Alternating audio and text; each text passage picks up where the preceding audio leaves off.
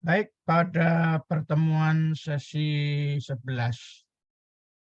kita akan diskusi tentang tema karakteristik, klasifikasi, dan dimensi kualitas jasa. Ya.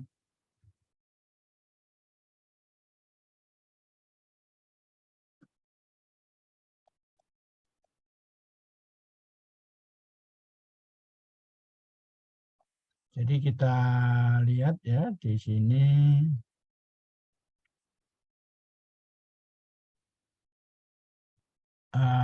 Jadi kita sekarang ini membahas pendahuluan daripada manajemen jasa. Manajemen jasa. Di sini kita bisa melihat kontribusi sektor jasa itu mempunyai gambaran bahwa ada 63% pendapatan kotor negara di dunia. Jadi pendapatan kotor dunia itu bahwa jasa itu mempunyai pengaruh atau besarannya sebesar 63%. Kemudian dari sisi manufacturing itu ada 31%. Kemudian agriculture itu ada 6%. Jadi kita bisa lihat di sini negara yang semakin maju itu pendapatan dari sektor jasanya itu akan semakin tinggi. Negara yang paling tinggi pendapatan di sektor jasa itu salah satunya adalah di sini kita bisa lihat ya. Ada grafik yang di atas, yang paling atas ini salah satunya adalah Jersey. Nah, itu salah satu negara bagian di Amerika Serikat.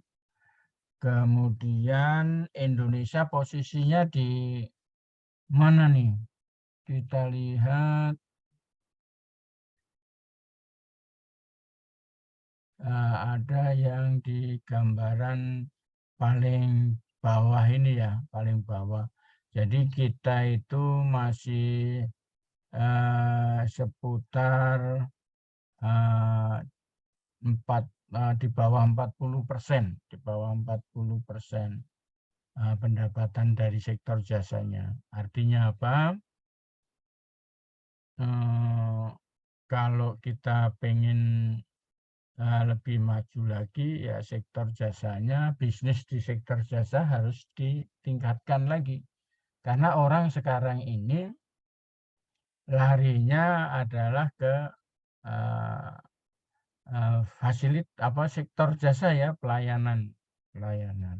Itu ada gambarannya bahwa posisi Indonesia ini masih termasuk di bawah ya dibanding negara-negara yang ada di dunia. Kemudian coba kalau kita lihat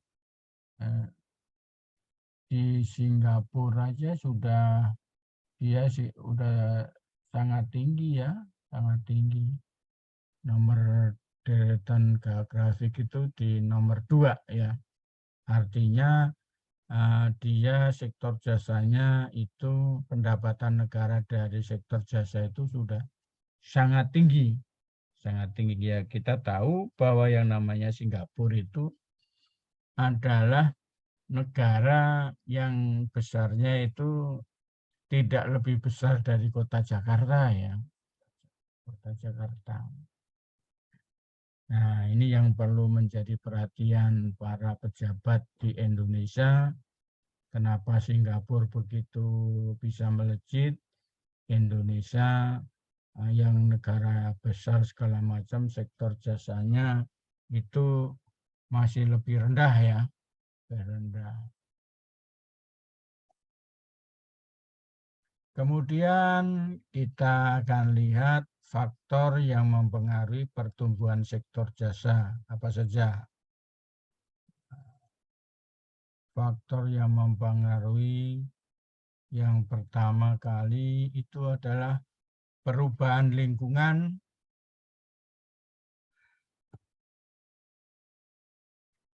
dan model bisnis jasa.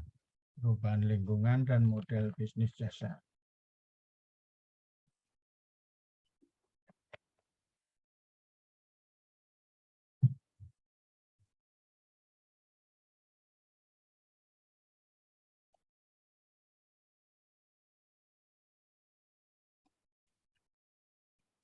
Jadi kalau kita melihat pada layar ya, model bisnis jasa ini kalau dibuat bahwa perusahaan itu menghasilkan penawaran nilai potensial kepada pelanggan melalui pengembangan produk, desain, pembuatan, dan pengirimannya.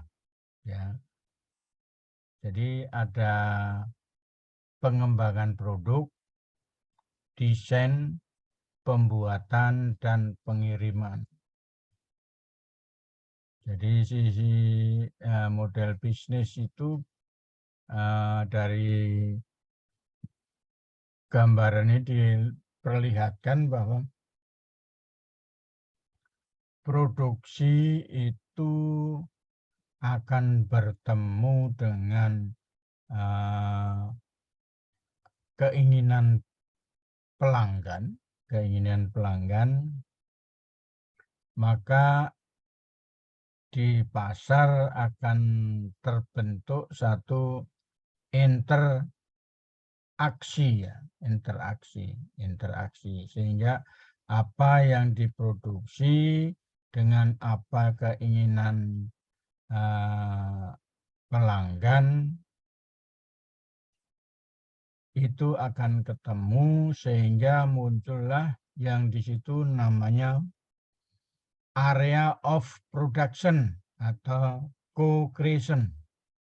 Nah, di sini akan pihak perusahaan akan mengetahui apa yang diinginkan oleh pelanggan ya, akan diinginkan oleh pelanggan. Secara langsung pelanggan berinteraksi melalui keterlibatan dengan perusahaan dalam produk desain. Jadi apa keinginan daripada pelanggan itu bisa diketahui dan bisa ditampung. Secara tidak langsung pelanggan terlibat secara independen penciptaan nilai dengan produk, ya kan? Seperti contohnya kalau kita mau pengembangan satu kendaraan bermotor atau mobil itu perlu adanya pendapat masukan daripada pelanggannya atau konsumennya. Kemudian perusahaan memfasilitasi penciptaan nilai masa depan pelanggan dan masukan-masukan dari pelanggan, konsumen tadi diperhatikan oleh perusahaan ya, perusahaan sehingga dalam penciptaan nilai tadi maka akan dibuatkan satu model. Nah, modelnya ya seperti yang ada pada gambar di layar ini ya, namanya value creation model. Jadi dalam proses berproduksi tadi diharapkan ada masukan value creation daripada pelanggan atau konsumen, sehingga timbullah satu area of production atau co-creation yang berasal dari para pelanggan atau dari para konsumen, ya kan? Ada yang menginginkan bahwa mobil yang akan laku adalah mobil yang penumpangnya muat banyak. Nah, itu biasanya kalau di Indonesia itu masih berpikir seperti itu. Karena mayoritas penduduk Indonesia itu adalah dari sisi keluarga besar, ya, dari sisi keluarga besar. Sementara kalau kita mau membuat satu produk tertentu, maka segmennya juga harus berubah juga, ya. Berubah juga. Oke. Kita lihat produk jasa, ya. Jadi di sini jasa itu kita bisa melihat karakteristik jasa. Karakteristik jasa. Karakteristik jasa itu mempunyai 4 karakteristik. Yang pertama adalah intangible. Intangible itu artinya tidak dapat dilihat, tidak dapat dipegang. Kalau orang mau memiliki jasa tersebut, orang tersebut harus membeli, ya, membeli jasa. Kemudian yang kedua, inspirability. Jadi jasa itu tidak dapat dipisahkan dengan pemiliknya. Pembeli hanya bisa menikmati, ya, menikmati, tetapi begitu dia sudah selesai, maka jasa itu juga sudah hilang, tidak bisa dibawa pulang. Kemudian adanya perishability. Perishability itu jasa itu tidak dapat disimpan, ya. Jadi sifatnya akan ada pada saat dinikmati, pada saat dibeli, ya, itu baru bisa dinikmati. Kemudian adanya variability. Jasa itu tidak ada standar. Jadi bervariasi. Nah, contohnya apa? Kalau Anda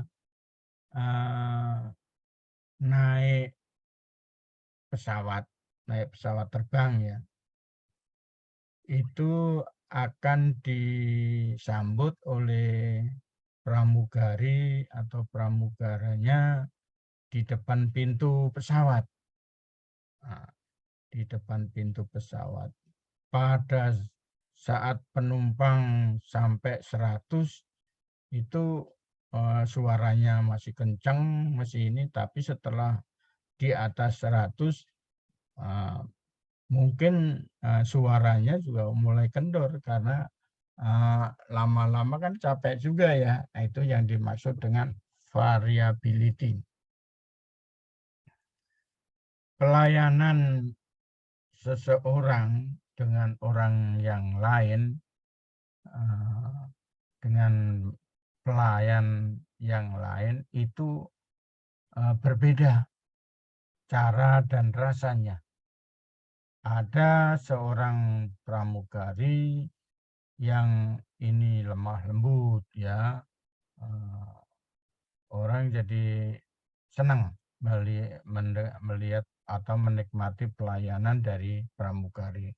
Tapi ada pramugari yang lain yang datang kemudian karakternya berbeda, ya, rasanya juga berbeda gitu ya. Itu yang dimaksud dengan variability, bahwa pelayanan itu tidak bisa distandarisasi. Oke, kita lanjutkan lagi. Kita bisa melihat klasifikasi produk jasa. Klasifikasi produk jasa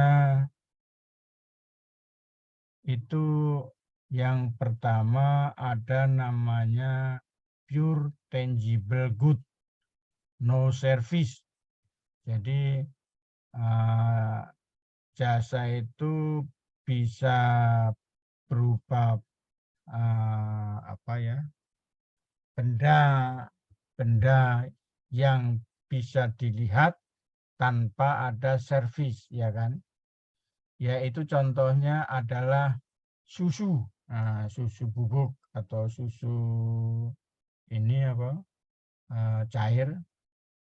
Itu adalah namanya jenis benda yang tanpa ada pelayanannya. Jadi memang benar-benar berupa barang ya, berupa barang. Pure tangible good. Berarti barang yang bisa dilihat. Contohnya di sini adalah susu. Baik susu kaleng maupun susu bubuk, ya kan? Atau susu segar yang habis diperas dari sumbernya, bisa juga itu. Kemudian adanya tangible good with some service. Jadi ada barang, ada jasanya. Contohnya komputer dan garansi atau waranti. Jadi kalau Anda membeli sebuah laptop, maka Anda akan dapat barangnya, tapi juga akan dapat garansi ya, garansi. Garansi jasanya berupa pelayanannya, maka sementara komputer itu adalah bagian. Jadi bagian daripada antara jasa dan barang bergabung menjadi satu. Bisa juga softwarenya. Jadi ada hardware-nya, ada software-nya, itu adalah satu contoh daripada sebuah komputer.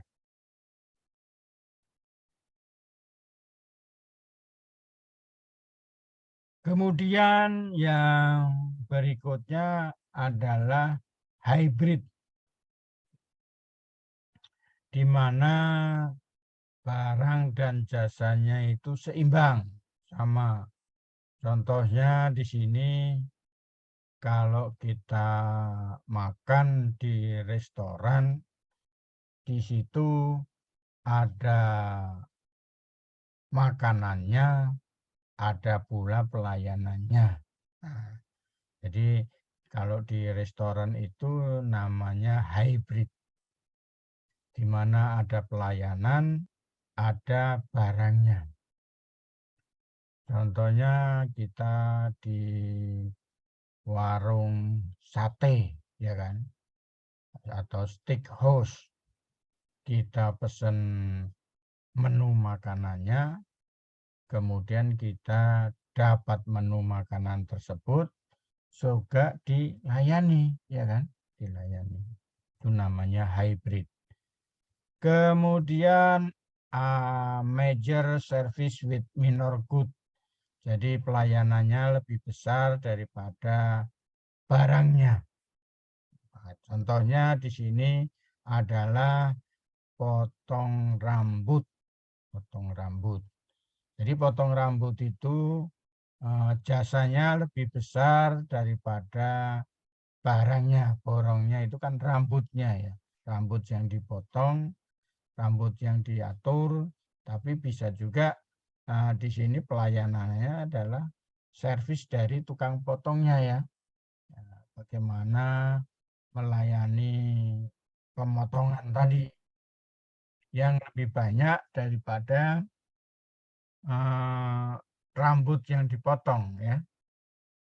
Kemudian ada yang namanya pure service atau no tangible good. Nah, contohnya di sini adalah konsultan hukum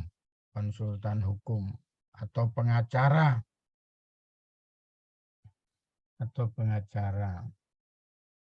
atau konsultan pemasaran. Nah, itu juga pure service.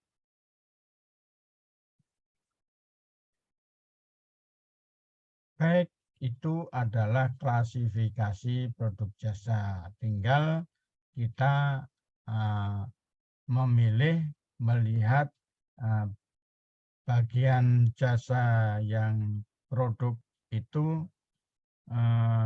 di bagian mana. Kalau kita sedang di dunia pendidikan, itu adalah namanya major service, minor good. Kita bertemu untuk melakukan belajar online, tetapi juga didukung oleh fasilitas, baik itu laptop maupun HP ya. Nah, sehingga tapi di situ ada aplikasi, ada software yang bisa membuat kita itu bisa berkomunikasi. Nah,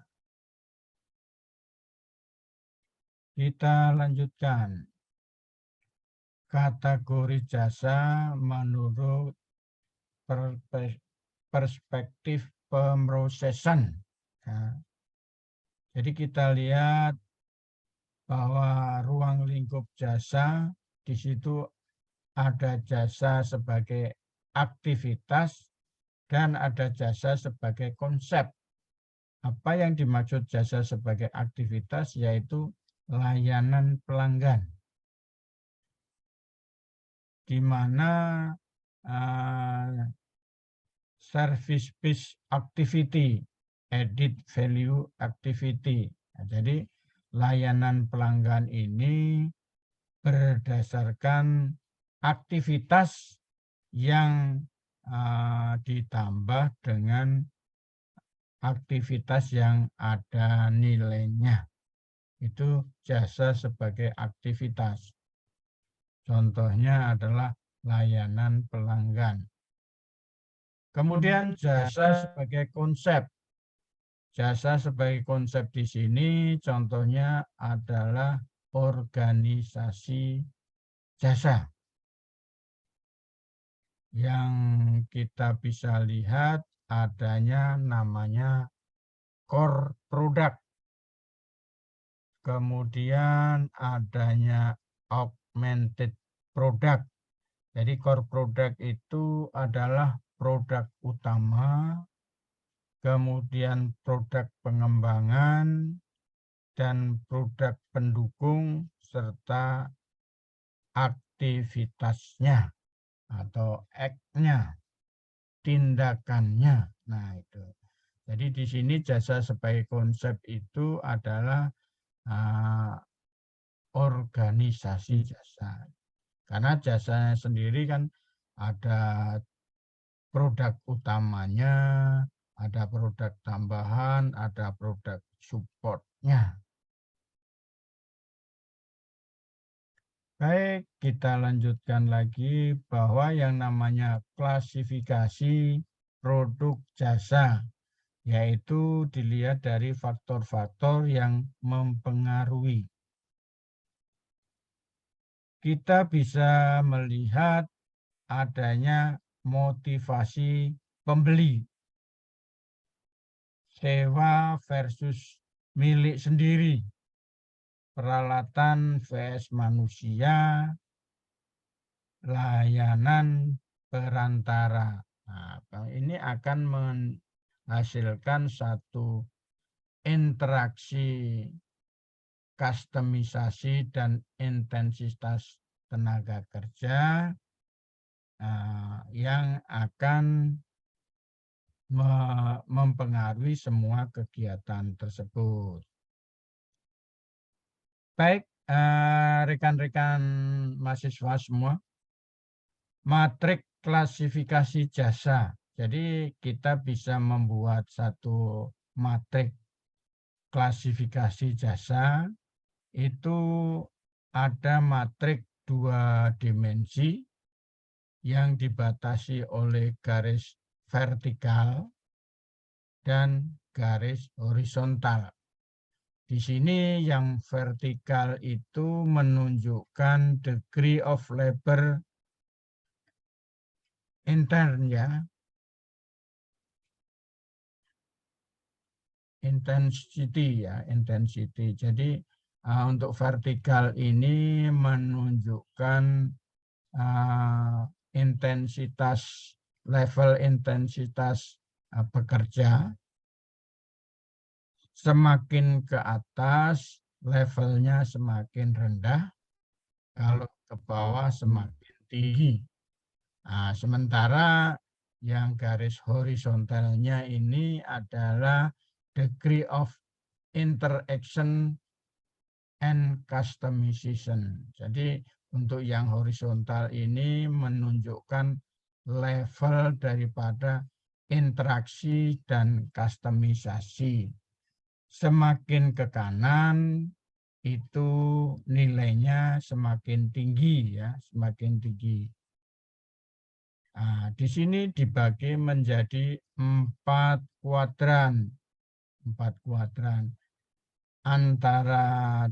Antara horizontal dan vertikal ketemu yang namanya low dan low ya, maka itu disebut service factory. Service factory. Di sini derajat interaksi dan kustomisasi rendah, ya kan?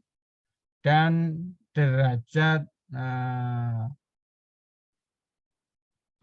interaksi daripada pekerja juga rendah.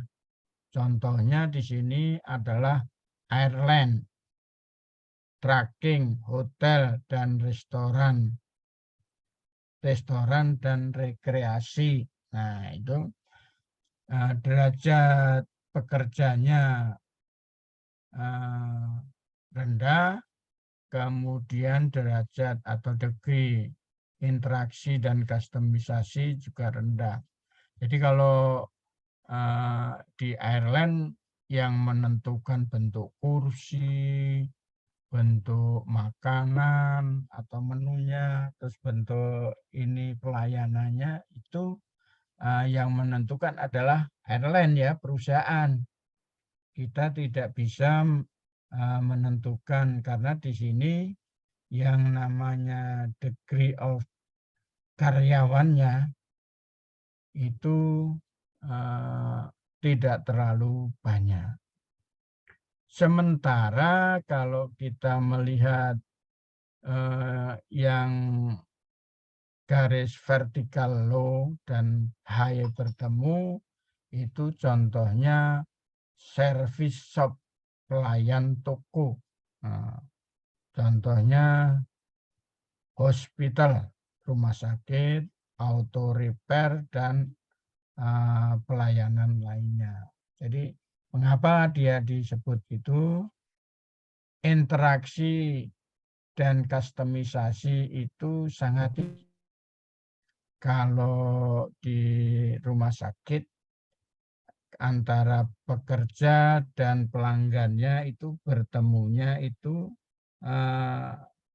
untuk rumah sakit karyawan ketemu dengan ini pasien itu sangat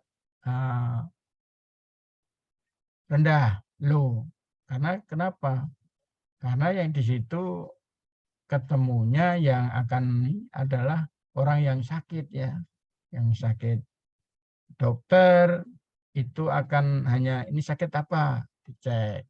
Kemudian dari komunikasi antara pasien sama dokter tadi, clue awal diketahui sakit apa, ya kan?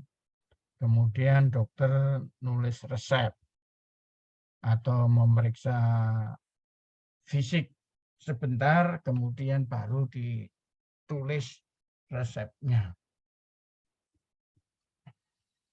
Kemudian yang interaksinya rendah, intensitas kinerja karyawannya tinggi. Di sini contohnya namanya mass service atau pelayanan umum, ya, pelayanan yang massa. Contohnya retailing. Jadi kalau kita membeli barang di minimarket, ya, atau di pasar, nah, itu kalau membeli eceran itu maka kerja daripada pelayan toko tadi akan banyak bekerja, tetapi contohnya kalau kita membeli barang online, interaksi kita sedikit, tetapi bagi pemilik toko online dia yang bekerja banyak, ya kan? Kemudian yang high yaitu karyawannya bekerjanya levelnya tinggi, kemudian pelanggannya tinggi juga. Contohnya di sini dokter, ya. Dokter sama pasien saling berkomunikasi, nggak diem-dieman, ya kan? Kemudian bagian hukum, ya. Kemudian akuntan, arsitek, nah, itu membutuhkan satu level antara desainer sama yang menginginkan itu harus berkomunikasi yang intens, ya. Itu dari matrik klasifikasi jasa. Nah, kemudian dari matrik klasifikasi jasa ini Anda bisa mengetahui di mana posisi tempat Anda bekerja atau perusahaan milik Anda ini posisinya di mana di dalam matrik klasifikasi jasa. Apa low high, atau high low, atau high di sini. Nah, tergantung ini dari sini perusahaan Anda itu termasuk yang di 4 ini bagian mana? Apakah service factory, service shop, mass service, dan professional service, ya. Professional service. Kalau Anda bekerja di dunia hukum, di dunia konsultan, maka termasuk professional service, ya.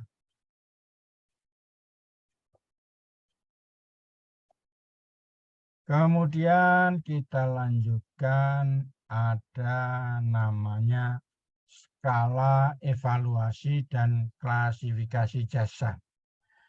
Jadi kalau kita membeli jasa itu dapat dievaluasi dan diklasifikasikan. Di sini ada satu gambar, ya, ada satu gambar yang kita bisa melihat, ya, kita bisa melihat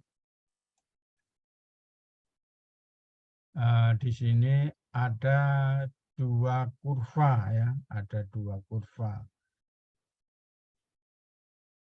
Di sini 2 kurva ini menunjukkan kurva yang pertama, ini menunjukkan sebagian besar barang, kurva yang satunya lagi ini menunjukkan sebagian besar jasa. Nah, jadi seperti tadi ada produk jasa tadi, satu produk itu bisa banyak mana antara barang sama jasanya. Nah, di sini kalau kita lihat yang namanya pakaian. Nah, pakaian ini mayoritas adalah sebagian besar berupa barang, ya kan? Tapi kalau berupa pakaian ini kita beli di toko, ada sebagian besar, sebagian ya, itu pelayanannya, yaitu pelayan toko ya. Kemudian berikutnya di sini perhiasan. Nah, perhiasan. Kalau kita di toko membeli kalung atau gelang, itu yang kita peroleh adalah perhiasannya ya.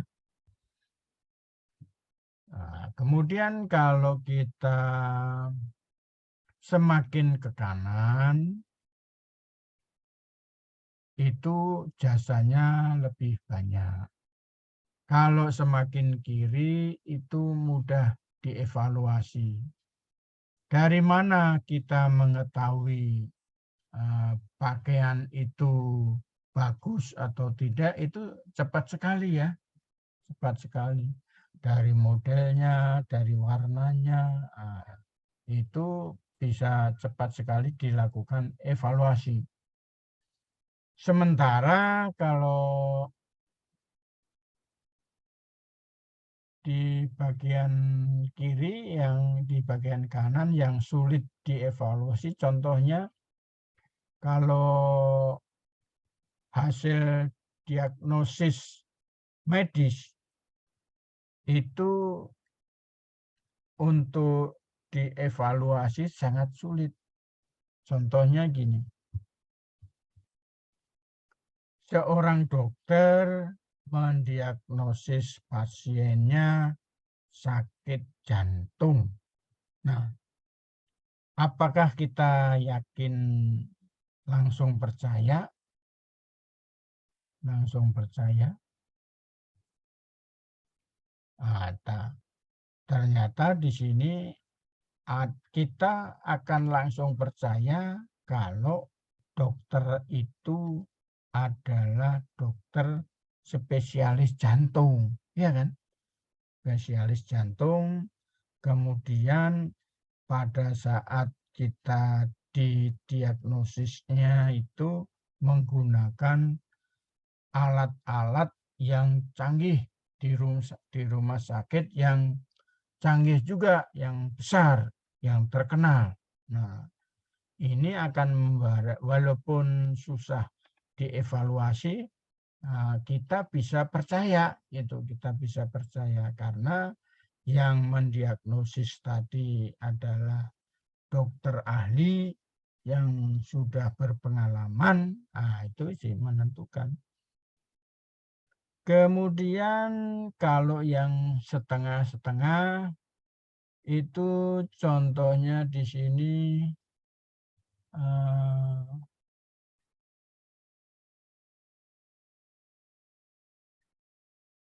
masalah liburan.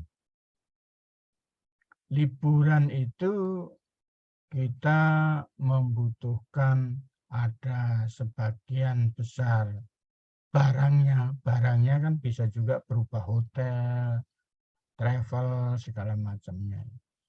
Kemudian kita akan antara sulit dievaluasi dan tidak sulit dievaluasi, ini sifatnya 50-50 ya, 50%, 50%. Kalau liburan, kita akan bisa mengatakan itu bagus apabila orang atau kita sudah merasakannya, atau yang kita mendengarkan daripada guide atau orang yang sudah pernah melakukan liburan di tempat tersebut, ya, tempat tersebut.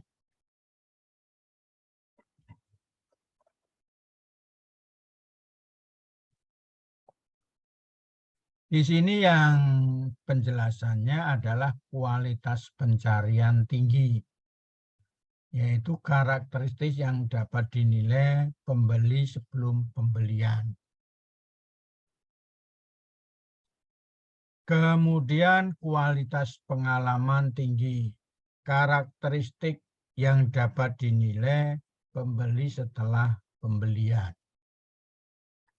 Kualitas kredibilitas tinggi, karakteristik yang biasanya sulit dinilai pembeli bahkan setelah dikonsumsi.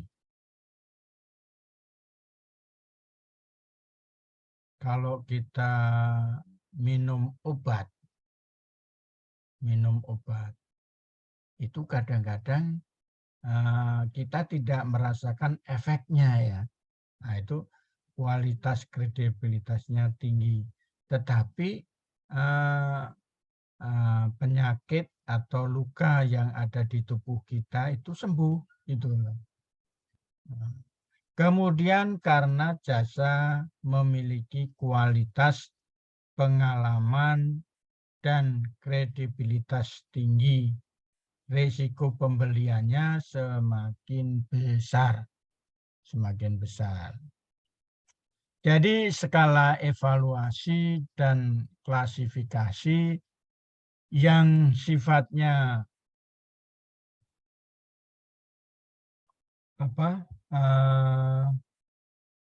sifatnya barang itu gampang dievaluasi, tapi kalau semakin banyak sifatnya jasa, sebagian itu akan semakin sulit untuk dievaluasi.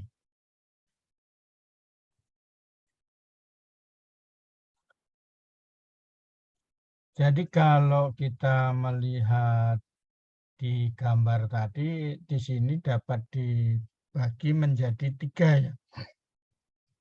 Kualitas pencariannya tinggi, kualitas pengalamannya tinggi, dan kualitas kredibilitasnya tinggi.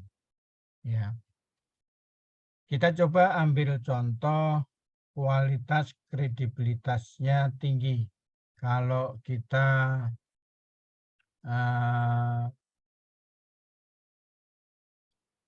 melihat rumah makan ya, rumah makan yang enak, murah, enak. Nah, itu bagaimana cara melihatnya? Cara melihatnya bisa melalui banyak sedikitnya pengunjung. Jadi kalau umpamanya kita datang dari luar kota yang belum pernah datang ke satu tempat nih. Kita mau cari restoran, mau makan, cari warung atau restoran yang enak. Nah, itu gampangnya kita lihat. Cari yang restoran tersebut parkirannya penuh. Artinya pengunjungnya banyak. Kalau pengunjungnya banyak, secara gampang atau secara bodoh kita bisa berpikir bahwa makanannya di restoran ini enak gitu. Kemudian kualitas pengalaman tinggi. Kalau kualitas pengalaman tinggi itu kita contohnya tadi liburan, kita belum pernah contohnya ke Raja Ampat. Kita percaya kalau di Raja Ampat itu tempatnya sangat menyenangkan, sangat eksotis. Yang pertama kita bisa melihat dari sisi pengalaman orang lain, ya, pengalaman orang lain dari video. Sekarang banyak sekali ya informasi yang bisa kita peroleh tentang suatu tempat. Kemudian kualitas pencariannya tinggi. Jadi kalau orang sering melakukan searching di internet yang banyak ini dicari, itulah bisa dijadikan satu basic evaluasi bahwa barang tersebut banyak dicari gitu loh. Banyak dicari kenapa?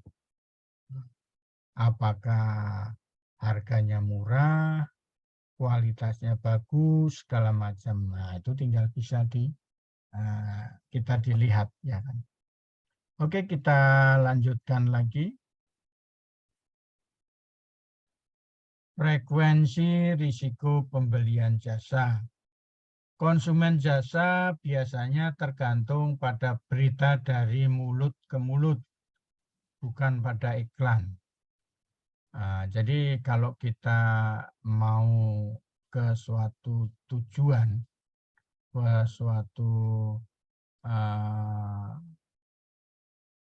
produk jasa, maka kita akan lebih percaya dari berita orang yang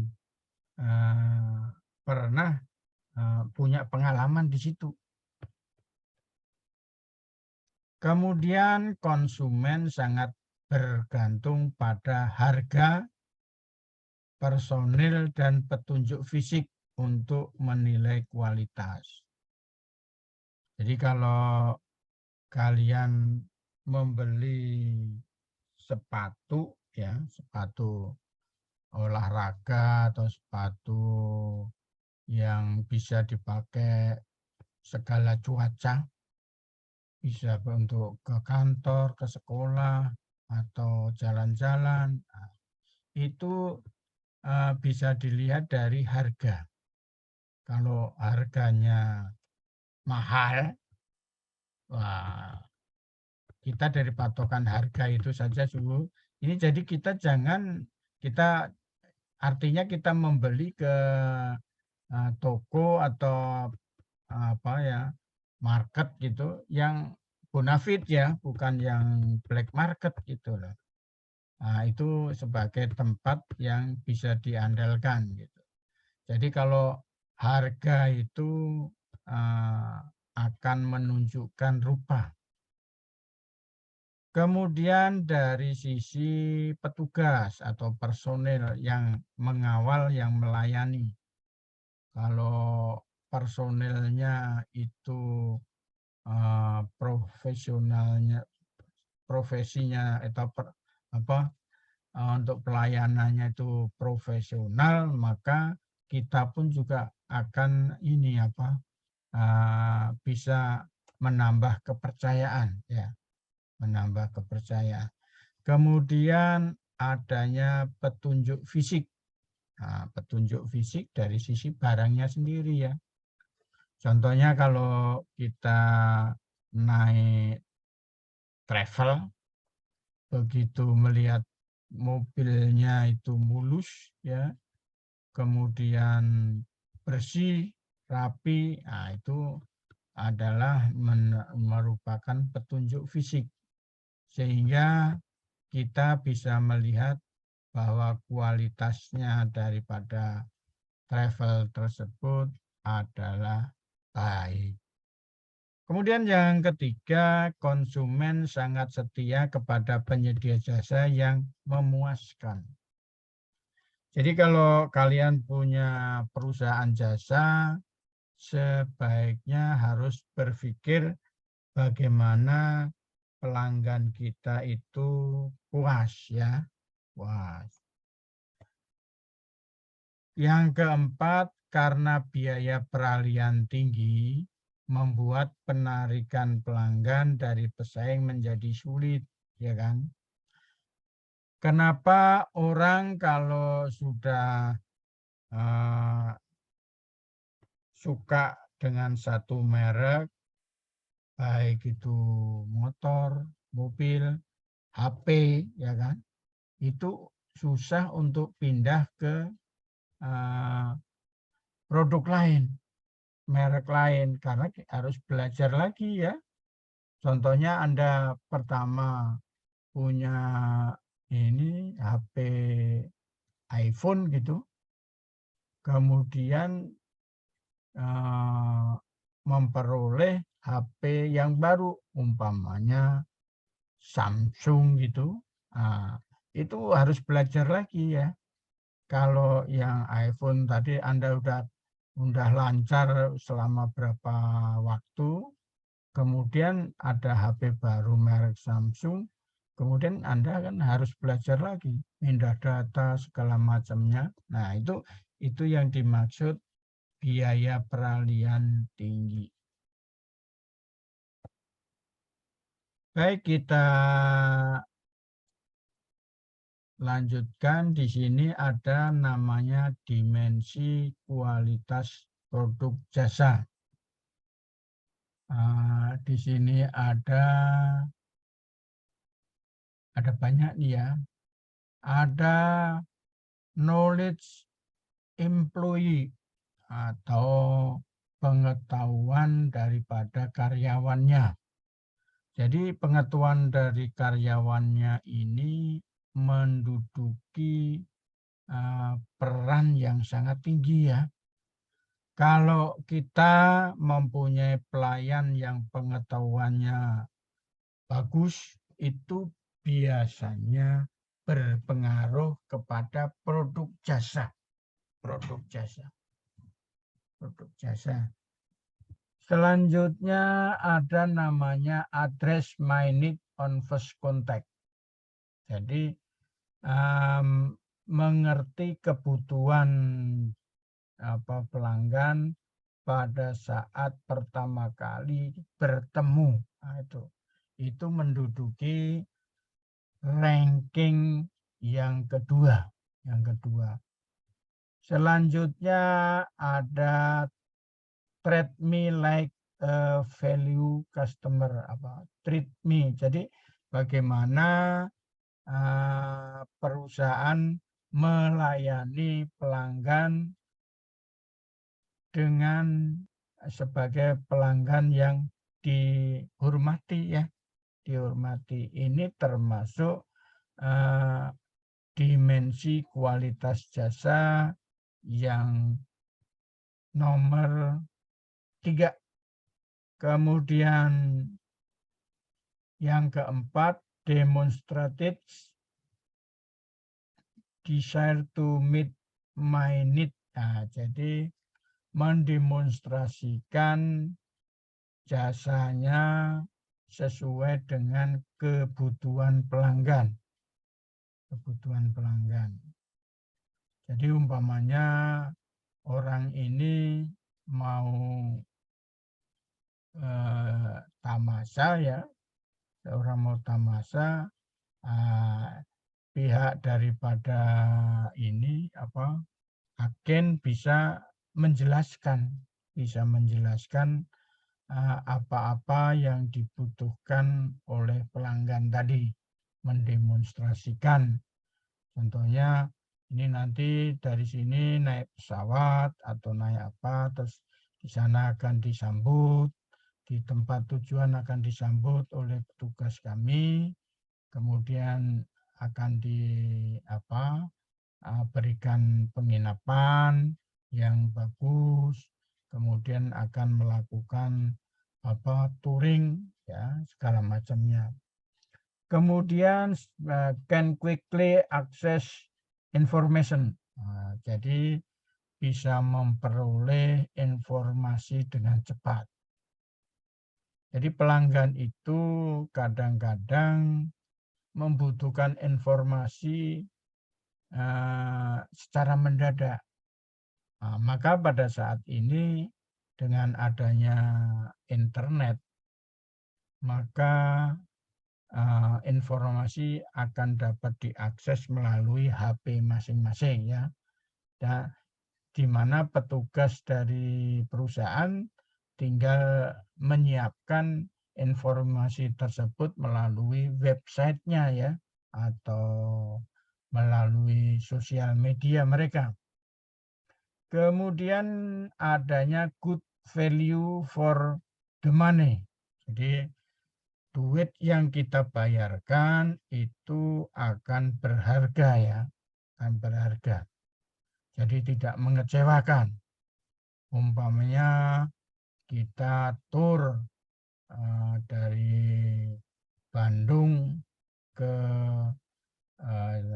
Bali atau ke Jogja, ya.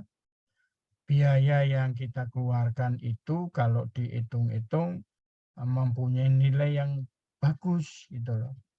Jadi kita sudah membeli tur itu mahal, tapi pelayanannya apa-apanya itu mengecewakan. Nah, tapi kalau ini sebaliknya, kita membayar sejumlah uang, melakukan tur, umpamanya di Bali, itu kita memperoleh pelayanan travelnya bagus, hotelnya bagus, tempat-tempat yang dikunjungi menyenangkan. Nah, itu adalah bahwa biaya yang kita keluarkan itu tidak sia-sia. Kemudian adanya treat me fairly. Jadi artinya lakukanlah pelanggan ini secara fair, ya, secara fair. Jadi kalau umpamanya ada pesawatnya yang ditumpanginya ada masalah, maka ceritakan ada permasalahan apa, ya. Jangan ditutup-tutupi, gitu. Atau ada pembedaan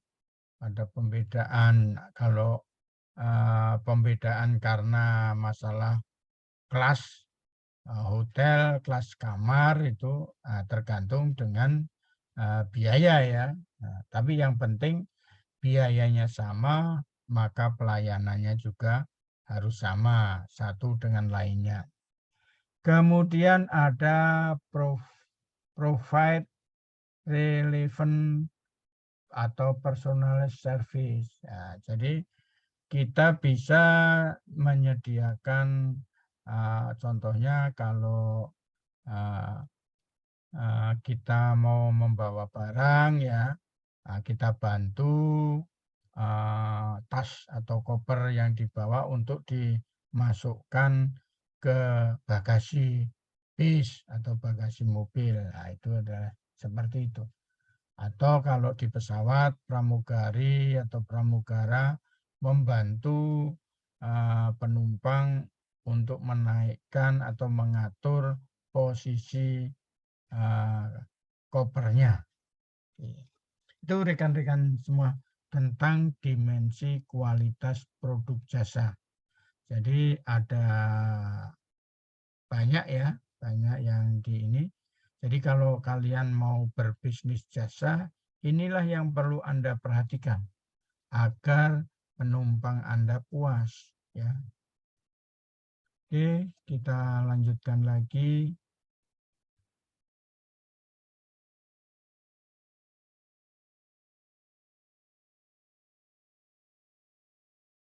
Sekarang kita masuk ke implementasi dimensi kualitas produk jasa.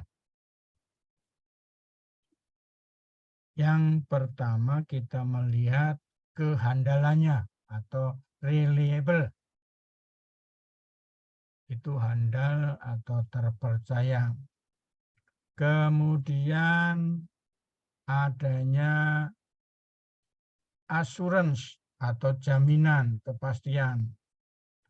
Kita bisa melihat di assurance ini adanya permintaan penawaran.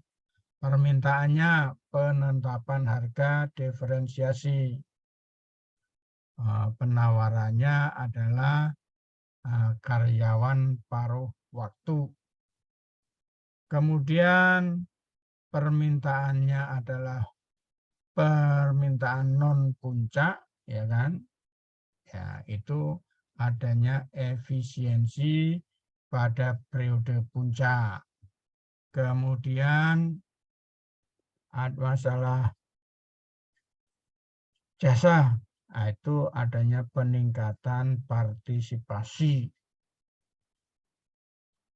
Kemudian sistem reservasi, fasilitas untuk ekspansi masa depan. Jadi di dalam asuransi atau jaminan tadi itu bisa disesuaikan antara permintaan dan penawaran. Permintaan dan penawaran.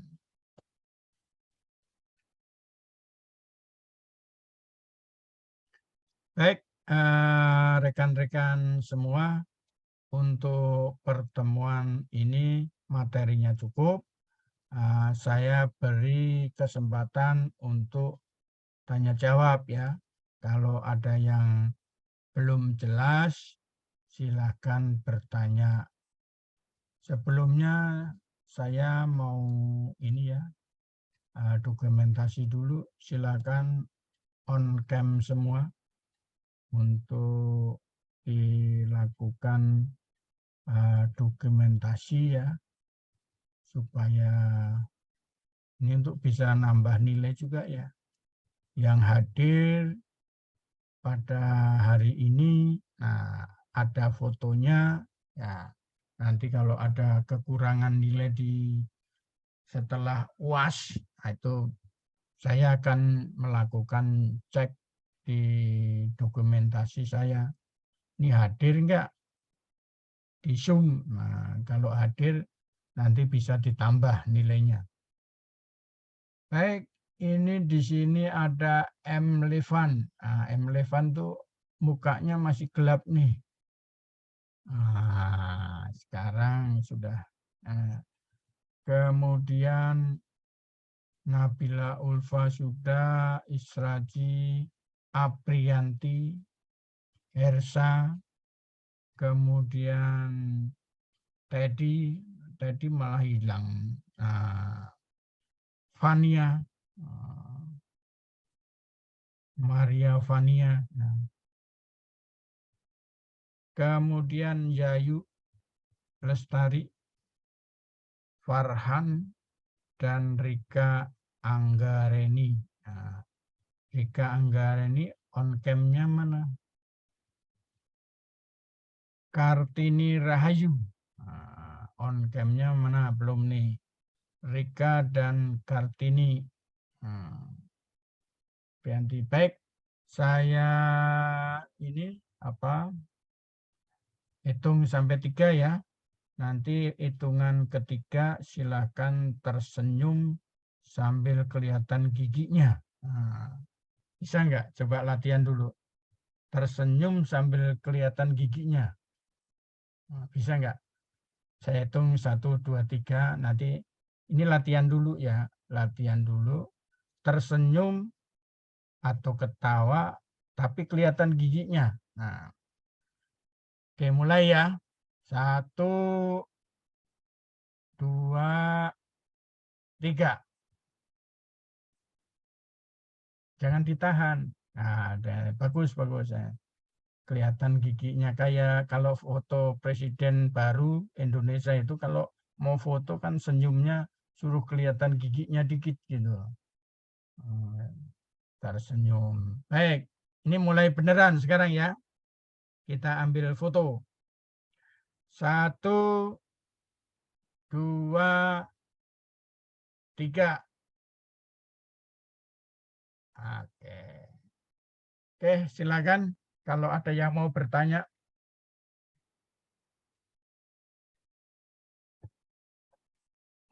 Kalau ada yang mau bertanya boleh. Ada yang kurang jelas di apanya ya. Ada yang belum jelas di apanya, silakan mau bertanya.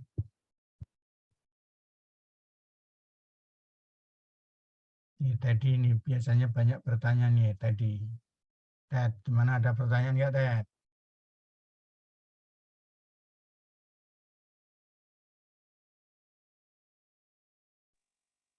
Tidak ada, Pak. Sepertinya tidak ada. Oke. Farhan. Farhan ada nggak Farhan?